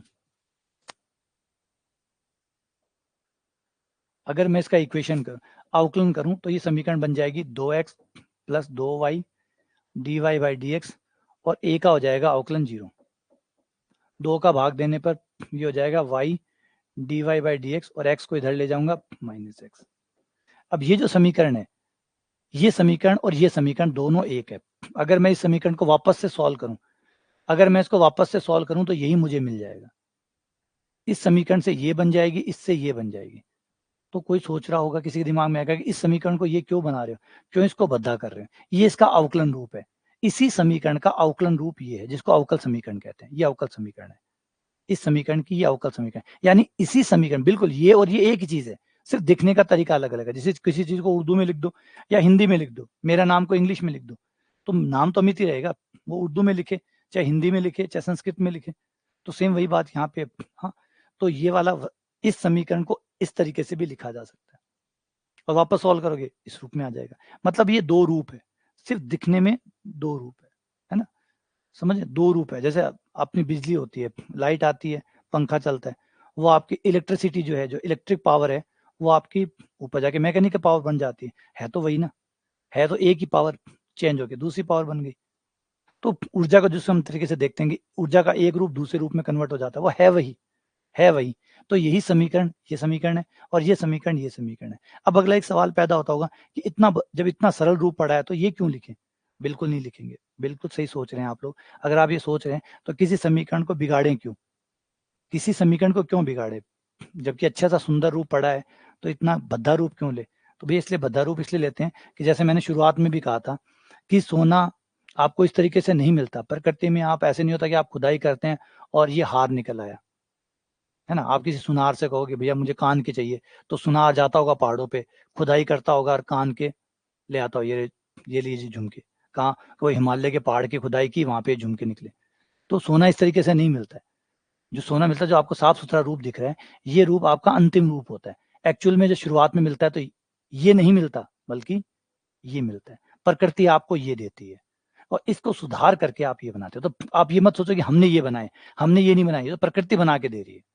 प्रकृति आपको ये देती है और अंत हम इसमें ये करते हैं, हम ये करते हैं। और अगर हम ये नहीं कर पाए, तो हम इसको समझ ही नहीं पाते कि ये क्या है। जब तक हम इसको ये नहीं कर पाएँगे, तब तक हम समझ ही नहीं पाएँगे कि ये क्या है। क्योंकि ये समझ में आने वाली बात नहीं है, ये तो घटना का गणितीय निरूपण है। लेकिन ये क्या दर्शा रहा है, क्या बता रहा है, किसको बता रहा है, क्या है, ये सब बातें पता चलेगी जब आप इसको सॉल्व करेंगे और इस रूप में लाएँगे, तब आपको पता अच्छा ये तो वृत्त है, ये तो मूल बिंदु वाला वृत्त है, ये तो सर्कल पे सर्कल एक फैमिली ऑफ द सर्कल बनेगी, फिर आपको पता चलेगा, है ना? तो ये चीज़ ओरिजिनल फॉर्म है, जो प्रकृति हमें देती है।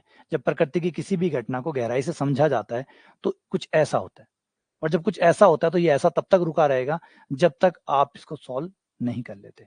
तो हमारा चैलेंज ये नहीं है कि इससे ये कैसे बने, ये तो ऑलरेडी बना हुआ है। बात तो है कि इससे ये कैसे बने।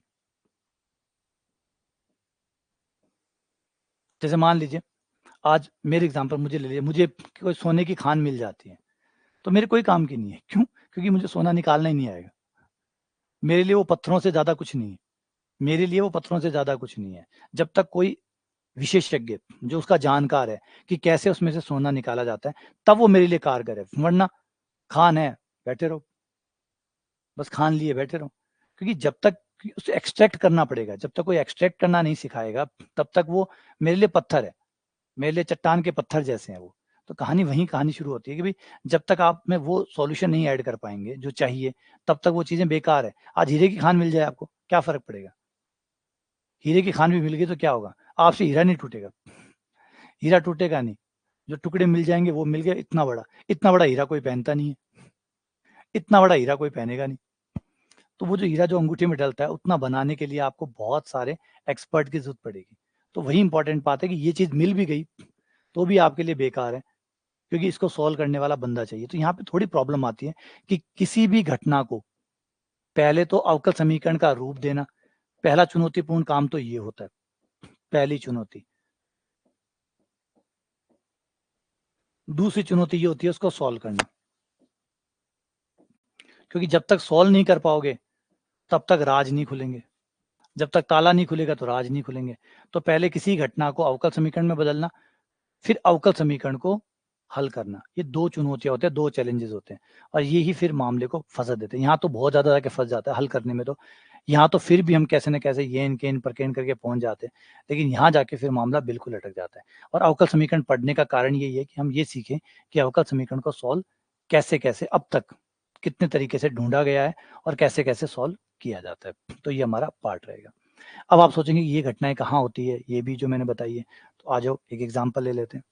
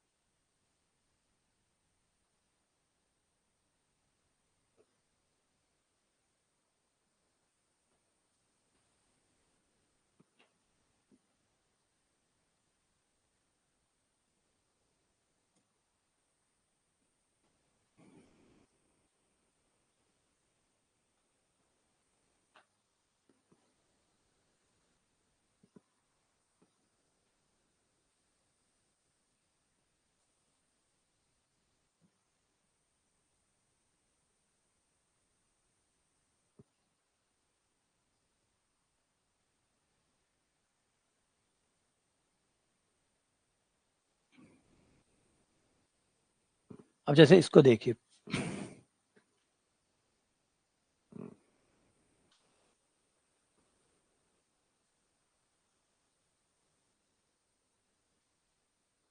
तो ये जो एग्ज़ाम्पल है अभी ये अवकल समीकरण है ना? ये एक रिप्रेजेंटेशन है कि भई एक पानी की कोई चीज़ अगर पत्थर पानी में गिरता है तो वो लहरें पैदा करता है। वो एक तरह के सर्कुलर लहरें पैदा करता है। तो ये जो लहरें होती है, इस घटना को अगर आप गणित में बदलना चाहें तो ये वो अवकल समीकरण है जो अभी हमने पढ़ी है। ये वही अवकल समीकरण है जो अभी हमने पढ़ी है।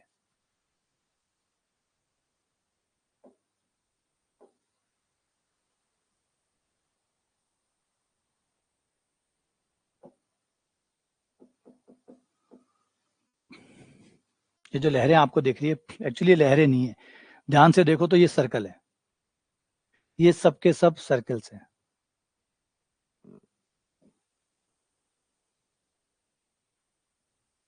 सबका सेंटर एक है, क्योंकि पत्थर जहां गिरेगा वही तो सेंटर होगा, जहां पत्थर गिरेगा वही तो सेंटर होगा। आपका पत्थर जब आप पानी में फेंकेंगे तो वो पत्थर जहां भी गिरेगा, गिरते ही जिस पॉइंट पे गिरेगा वहां एक छोटा सर्कल बनेगा और फिर वो सर्कल इनलार्ज होता रहेगा, यही तो होगा। तो ये एक छोटी सी घटना है, एक सिंपल सा पत्थर गिराना कहीं भी आप कर सकते हैं, एक गिलास में पानी डाल लो, एक कटोरी में पानी डाल लो और छोटी सी कोई चीज उसमें गिरा के देखो, लहरें पैदा होंगी नहीं होगी। तो ये जो भौतिकी घटना है, एक सिंपल भौतिकी घटना है, एकदम सिंपल। ये जो भौतिकी घटना है, इसकी अवकल समीकरण क्या होगी जो भी आपने बनाई थी?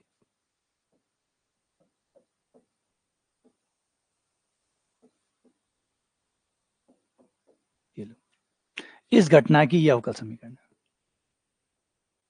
तो यही इंपॉर्टेंट चीज है कि आप समझें कि हर चीज, हर घटना जो आप देख पा रहे हैं, सिर्फ सिंपल सा एग्जांपल है, नॉर्मल हर कोई करता होगा बचपन में कि पानी के अंदर लहरें पैदा करता होगा। तो पानी के अंदर जो लहरें पैदा होती है, वो जो लहरें आती है, सिंपल एक सर्कल, मैंने बहुत सिंपल एग्जांपल लिया कि एकदम आपसे कोई पत्थर या कोई कंकर छोड़ा, छोड़ते जो लहरें पैदा हुई, वो जो लहरें, जो भौतिक घटना है तो हमेशा होगी। आप किसी भी पानी में जाके फेंकिए, ये हर पानी में पैदा होगी, हर पानी के अंदर, हर शांत पानी के अंदर जब आप पत्थर फेंकेंगे, ड्रॉप करेंगे, तो उससे ये काम होने वाला है। तो ये जो भौतिक घटना है, और ये कहीं नहीं बदलती, हर जगह आप चले जाइए, हर जगह पे ये घटना घटित होगी। चाहे आप अमेरिका जाके ये एक्सपेरिमेंट कर लो, चाहे इंडिया आके कर लो, चाहे चाइना जाके कर लो, और चाहे मंगोलिया जाके कर लो, किसी भी देश में शांत पानी के अंदर आप ये करके देखोगे, एक जैसा ही रिजल्ट आएगा। तो ये जो घटना घटित हो रही है, इस घटना का गणितीय रूप क्या होगा? तो होगा ये x plus y d y by d x बराबर जीरो। तो समझ सकते हो कि हर घटना जो आप प्रकृति में देख रहे हैं, वो कहीं ना कहीं एक अवकल समीकरण का रूप बना लेती है, और बना लेती है तो फिर अब जितना मैं इसको खोलूंगा, उतना मैं इस लहरों के बारे में जान पाऊंगा, जितना मैं इनको ओपन करूंगा, उतना मैं इन लहरों के बारे में जान पाऊंगा। ठीक है?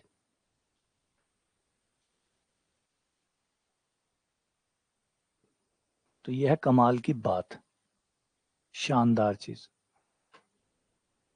तो ये अपने लिए एक गर्व का विषय हो जाता है इस बात में कि हम इस सब्जेक्ट के स्टूडेंट हैं, इस विषय के स्टूडेंट हैं, जो पूरी दुनिया की सच्चाई को, पूरी दुनिया में क्या हो रहा है, क्यों हो रहा है, इसके बारे में। तो ये एक लाइफ लॉन्ग है गणित। कोई, इसलिए मैं नॉर्मल जब पढ़ाता हूँ तो ये समझाने की कोशिश करता हूँ कि गणित कोई आरपीएससी या वर्ग 1 या वर्ग 2 तक का सब्जेक्ट नहीं है। ये कोई ऐसा सब्जेक्ट नहीं सिर्फ एग्जाम पास करने के लिए, ये आपका जीवन है। ये आपका जीवन है जो आपको हर चीज जो है वो समझाता है। ये आपके जीवन की हर चीज, हर ताने बाने में जुड़ा हुआ है। एक्स वाई होता है एक्स एक्स और वाई एक्स।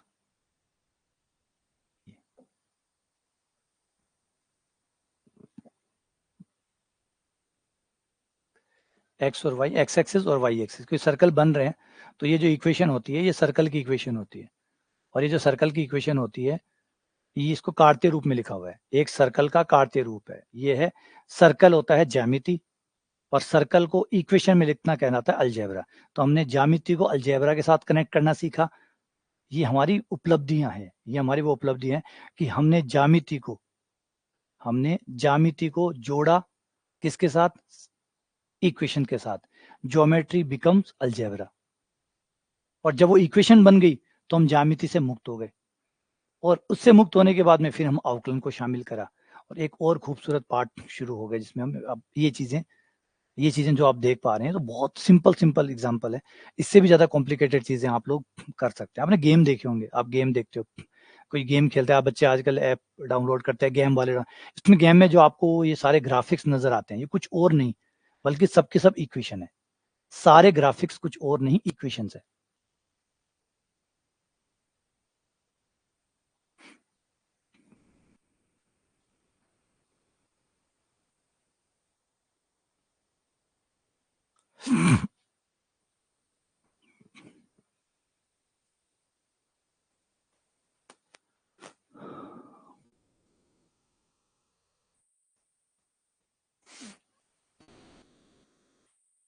सब इक्वेशन मतलब ग्राफिक्स, आप जो भी देख रहे होते हैं, जो भी आप स्क्रीन पे देख रहे होते हैं, आपको लग रहा है कि वो वीडियो है, वीडियो गेम खेल रहे हो, एनिमेशन देख रहे हो, आपको लग रहा है एक तरह से कि ये सब कुछ जो भी चल रहा है स्क्रीन के ऊपर, ये व्यक्ति है, ये वो है।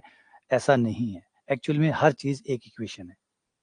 अच्छा, इवन अगर मेरी भी फोटो आपके पास जा रही है, अभी भी आप यहाँ पे सोच रहे हो अच्छा अमित जी है, अरे अमित जी कहाँ है वहां पे, फिर गलत फहमी हो गई। अमित जी कहाँ है वहां पे, मैं वहां कैसे पहुंच गया? नहीं हुआ। पता क्या हुआ, कैमरे ने मेरी फोटो कैप्चर की, जो कैमरा अभी ले रहा है वो मेरी फोटो कैप्चर कर रहा है। उस फोटो को पीछे एक सॉफ्टवेयर है जो उसकी मैथमेटिक्स बनाता है, और उस मैथमेटिक्स को ट्रांसफर करता है वाया सिग्नल। वो सिग्नल आपके एंड पे पहुंचता है, फिर आपका एक ब्राउजर है या एक ऐप है जो उस चीज को वापस से डीकोड करता है, उस मैथ्स को, उस इक्वेशन को, उसको वापस से डीकोड करके वापस इमेज बनाता है और आपको दिखाता है। मैं वहां नहीं पहुंच रहा हूँ, बल्कि मेरी जो गणित है, मेरे जो स्ट्रक्चर की जो गणित है वो आपके पास पहुंच रही है और वो कन्वर्ट हो रही है। गणित ही ट्रांसफरेबल है, गणित को ही आप ट्रांसफर कर सकते हैं, ना कि व्यक्ति को। मुझे ट्रांसफर कर दोगे तो बचूंगा कहां से मैं जीवित कैसे रहूंगा? तो जो ट्रांसफर अभी हो रहा है, अभी जो आप मुझे सुन रहे हैं, ये जो मेरी आवाज मुझे देख रहे हैं, बोर्ड देख रहे हैं, ये कुछ नहीं है। इस सब की गणित बन रही है और वो ट्रांसफर हो रही है, और आगे जाके वापस से इनको चेंज कर लिया जा रहा है।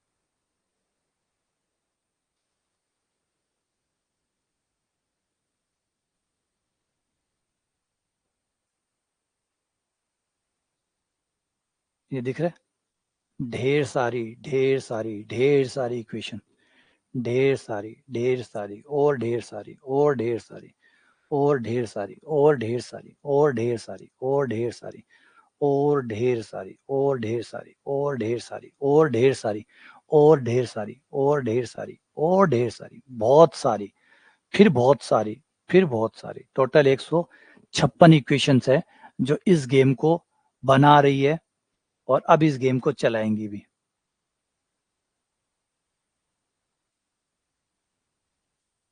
और ये एक सिंपल गेम है जिसमें 150 इक्वेशंस बनी है, और 150 इक्वेशन आपस में कनेक्ट होके इसके पहाड़, इसके ये सब चीजें जो आपको दिख रही है, वो सब ये मिलकर बना रहे हैं।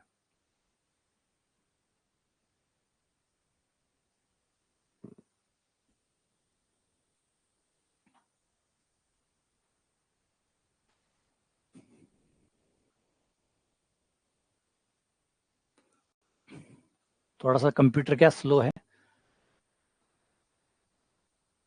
क्योंकि इनके लिए कि high and software, high and PC चाहिए जिनको रन कर सके। अब आपको ये लग रहा होगा कि ये गेम है, एक्चुअली गेम नहीं है, वो सारी इक्वेशंस है जो उसको रन करके गेम बना रही है।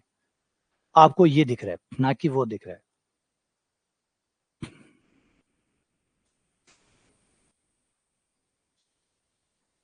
आप जब मोबाइल में जब गेम खेलते हैं, छोटे छोटे गेम भी आप खेलते हैं, तो वही सब कुछ जो हो रहा होता है वो गणित की सहायता से हो रहा होता है।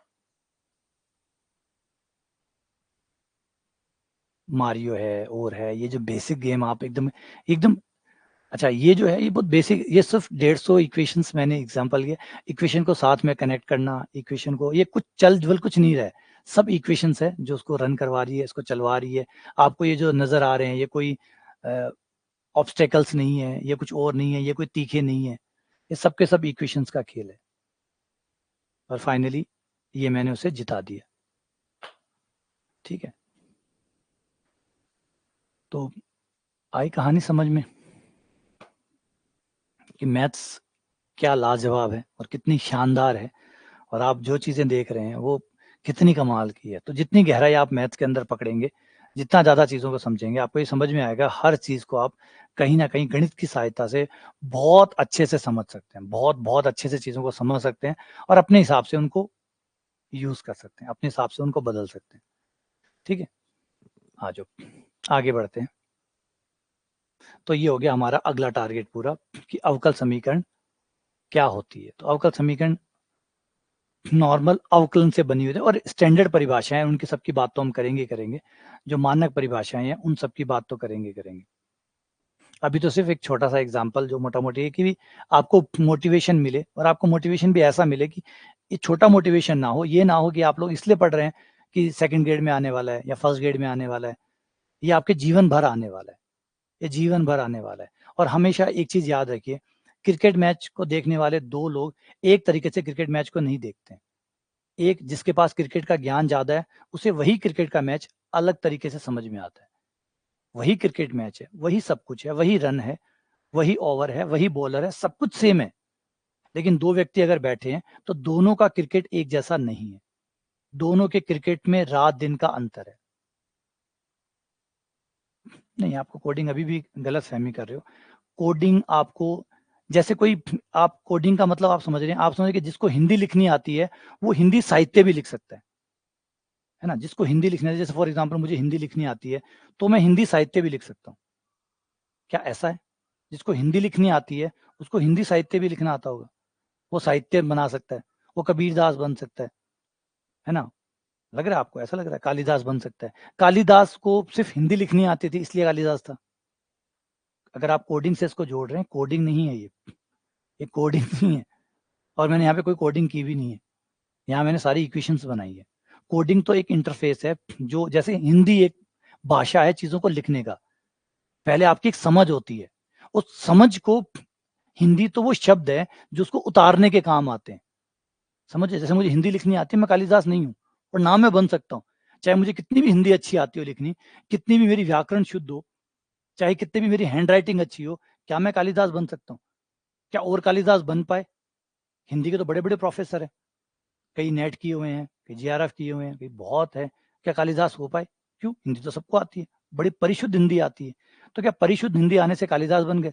नहीं, इसका मतलब कुछ है, कुछ है। लास्ट टाइम भी मैंने एक समझाया था कि लोगों को लगता है कि, जैसे पिकासो के बारे में एक एग्जांपल समझाया था कि पेन और कॉपी, पेन और कॉपी या पेंसिल और पेज के बीच में क्रिएटिविटी होती है, वो समझ होती है जो आपको समझाती है कि उस पेन को कैसे चलाना है, किधर चलाना है, कितना चलाना है, कितने जोर से चलाना है। ये सारी चीजें जब तक जोड़ नहीं करोगे तब तक आप कभी नहीं समझ पाओगे। ये जो बीच का ज्ञान है ना, ये फ्री में नहीं आता, और ना इसको कोई करवा सकता है, ना इसको कोई दिलवा सकता है। अगर दिलवा पाता तो आज हम हजारों पिकासो खड़े कर देते, करोड़ों कालिदास खड़े कर देते। अगर हिंदी पढ़ा के अगर हम कालिदास बना पाते तो हर साल भारत में कम से कम लाखों लोग एमए करते हैं हिंदी में, सबके सब कालिदास होते। ठीक है ना। तो दिक्कत ये कि तुम सोचो कि कोडिंग से ये सब कुछ हो रहा है। नहीं, कोडिंग से नहीं हो रहा। तो ट्राई करके देख लो, क्यों नहीं, एक ट्राई करके देख लो, कोडिंग से बना दो एक मैट्रिक्स, दो मैट्रिक्स की गुणा करके बता दो कोडिंग से। तो पीछे जो चल रहा होता है, पीछे जो बैकग्राउंड होता है, कोडिंग आपका ऊपर का हिस्सा है, कोडिंग ऊपर का हिस्सा है। आप कोडिंग किसी भी आदमी, एक नॉर्मल आदमी जो हिंदी साहित्य का है या किसी और सब्जेक्ट का है नॉर्मल का, उसको आप कोडिंग सिखा दीजिए, मजाल है वो अपनी जिंदगी में कुछ कर पाएगा? मजाल है वो कुछ कर पाएगा? कुछ नहीं कर पाएगा। कारण कि उसे कोडिंग आ रही है, लेकिन कोडिंग में लिखना क्या है ये कहां से आएगा? कोडिंग में लिखना क्या है ये कैसे आएगा?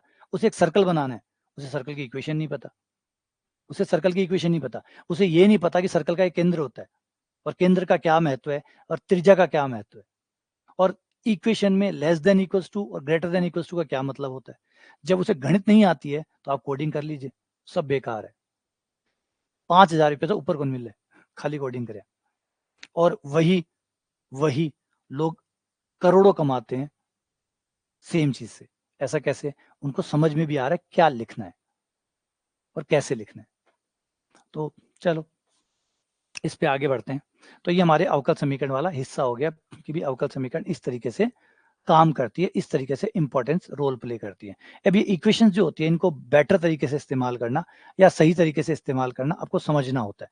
हर इक्वेशन का जो फैक्टर्स होते हैं, हर चीज अपना रोल प्ले करती है, हर चीज अपना रोल प्ले करती है, हर माइनर से माइनर डिटेल अपना रोल प्ले करती है। फॉर एग्जाम्पल, जैसे इस इक्वेशन को ध्यान से देखो, इस इक्वेशन में एक्स और वाई जो है वो हर पॉइंट को डिजाइन कर रहे हैं।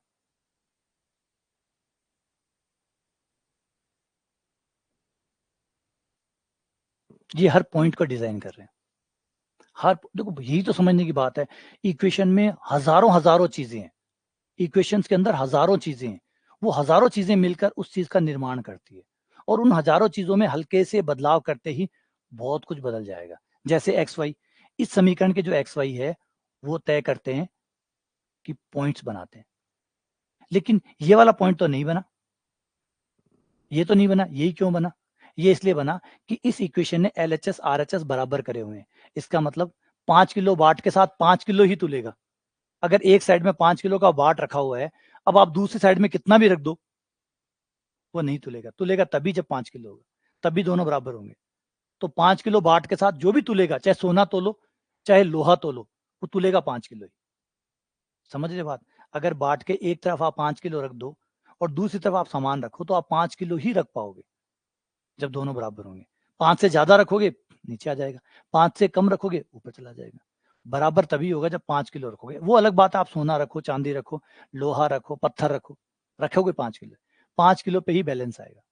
तो ये बराबर का चिन्ह जो इक्वेशन है ये बांधती है यहाँ आएगा। नंबर 1। नंबर 2 पॉइंट बता ही दिया, पॉइंट एक्स वाई, ये जो आपके पॉइंट क्रिएट करते हैं। ए जो है वो ये तय करता है कि इसकी दूरी मूल बिंदु से कितनी है। ये दूरी कितनी है, इस पॉइंट की मूल बिंदु से दूरी कितनी है। इसका मतलब अगर मैंने ए का मान बदल दिया तो ये बिंदु यहां से उठकर यहां आ जाएगा, और ए का मान और बदलने पर ये बिंदु यहां चला जाएगा। और अगर सारे बिंदु उठकर यहां से वहां चले गए तो इसका मतलब सर्किल भी यहां से वहां उठ के वहां चला जाएगा। यानी, और सर्किल यहां से यहां उठ के जा रहा है, तो अगर आप लहरों को देखें तो लहर क्या है, सर्किल ही तो है। और एक सर्किल एक से आगे बढ़ रहा है, और सर्किल का मतलब पॉइंट्स, पॉइंट्स एक जगह से दूसरी जगह बढ़ रहे हैं। तो इस इक्वेशंस एक्चुअली में ये एक लहर की इक्वेशंस होगी, एक लहर बना रहा है, क्योंकि यहाँ पे भी सर्कल बढ़े जा रहा है, और पानी में भी, लहरों में भी क्या होता है, सर्कल बढ़े जाता है। तो कैसे आप एक दैनिक जीवन में गणित को ढूंढते हैं, या गणित पहले से बनी हुई है तो आपको वो फायदा मिल जाता है, और अगर पहले से नहीं बनी हुई है तो आप गणित को बनाते हैं, आप गणित को बनाते हैं कि कैसे ये हो सकता है। ठीक है, क्लियर, ये समझ में आ गया। ये तो समझ में आया डिफरेंशियल इक्वेशन का क्या महत्व होता है, इक्वेशन में कितनी जान होती है, कैसे कैसे कैसे कैसे ये कमाल करते हैं, अद्भुत कमाल करते हैं। और अभी आपने एनवीडिया का नाम सुना होगा, एनवीडिया का नाम सुना होगा अभी आपने। एनवीडिया भी बहुत पॉपुलर रहा था। एनवीडिया ने कहा था, क्योंकि जैसे सॉफ्टवेयर बढ़ गए हैं, जैसे भी मैंने आपको खोल के दिखाया था, तो मेरा सॉफ्टवेयर बहुत स्लो रन कर रहा था, तो एनवीडिया ने भी अभी ऐसा ही काम किया। ये जो मैट्रिक्स मल्टीप्लिकेशन है, मैंने आप लोगों को शायद पहले बता भी चुका, ये जो आप गुणा करते हैं, ये गुणा, ये जोड़, ये बाकी, ये सब कुछ जो है हम पिछले शायद 50-60 सालों से कंटिन्यू ढूंढ रहे हैं, 50-60 सालों से ढूंढ रहे हैं कि जोड़ करने का सही तरीका क्या हो सकता है। अब आप सोचिए जोड़ करने का क्या तरीका है, 2 + 3 = 5, 2 + 3 = 5, बिल्कुल सही है। एज ए ह्यूमन ये सही है, एज ए ह्यूमन सही है, लेकिन मशीन के पॉइंट ऑफ व्यू से ये सही नहीं है।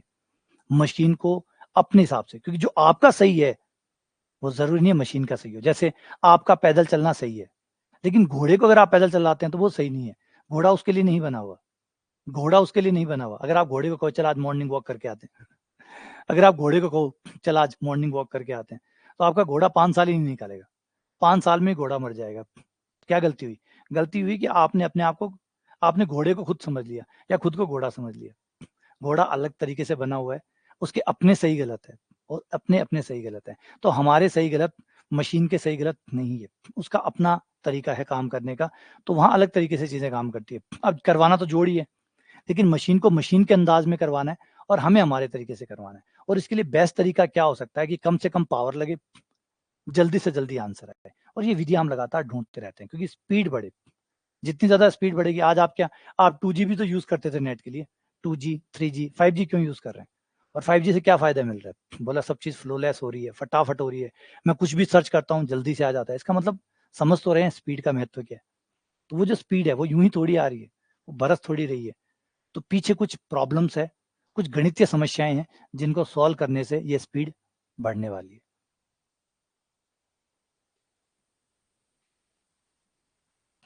है ना।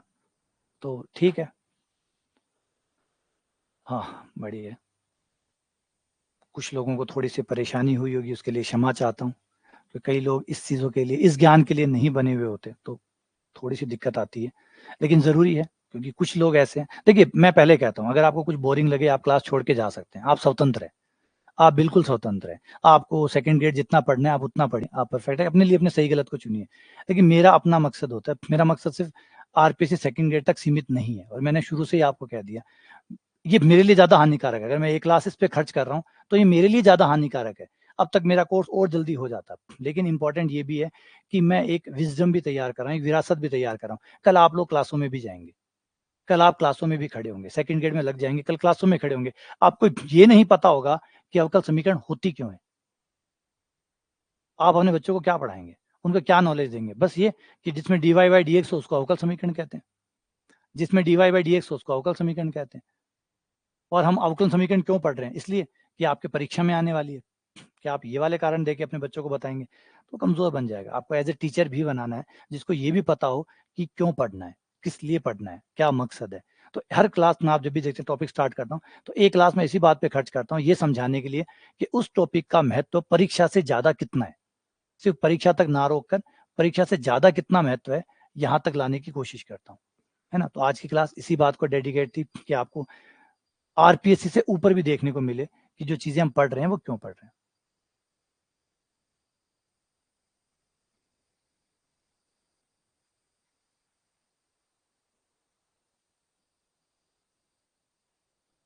अच्छा, हाँ, मेरे स्टूडेंट बताते हैं, मोतीलाल बता रहा है वैसे जब मैं आप लोगों को कुछ बातें बताता हूँ, आप लोग मुझे क्लास में जाके बताते हैं, मैं रुपेश भी एक स्टूडेंट था, वो बता रहा था और 1-2 स्टूडेंट और भी है, वो बता रहे एक नाम और था, सुनील नाम से था या और था, वो सिक्कर में पढ़ाते हैं। तो वो भी बताते हैं कि सर आप जब ऐसे एग्ज़ाम्पल देते हैं, और देते हैं, जब हम क्लास में बताते हैं तो बच्चे सरप्राइज़ हो जाते हैं। बोला कि ऐसी चीज़ें आपने हमें मतलब ये आपको कैसे पता चला?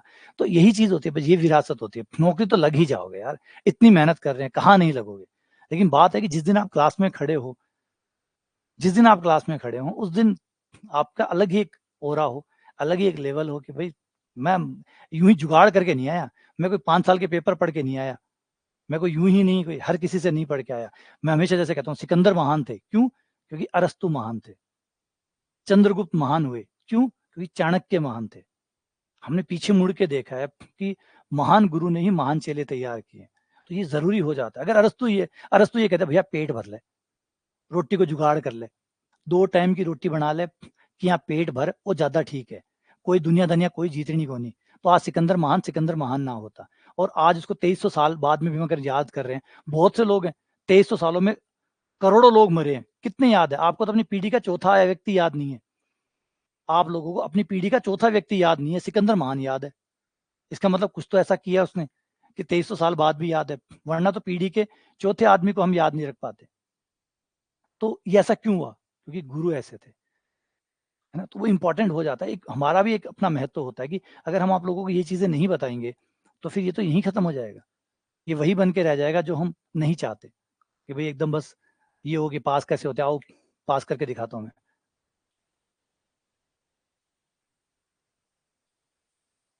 नहीं ये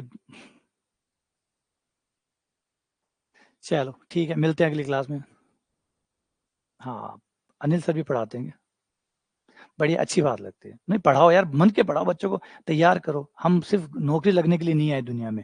हम हमारा ये योगदान देश को भी आगे बढ़ाएगा। कल हम में से कोई गणितज्ञ निकलेगा, हम में से कोई स्टूडेंट मोटिवेट होगा और वो आगे बढ़ेगा, वो कुछ नया कीर्तिमान रचेगा, तभी तो देश आगे बढ़ेगा। यूँ ही थोड़ी बढ़ेगा पेपर पास कर लो। अरे पेपर पास कर लोगे, नौकरी लग जाओगे, फिर उसके बाद क्या खाली पेट ही पढ़ते रहोगे?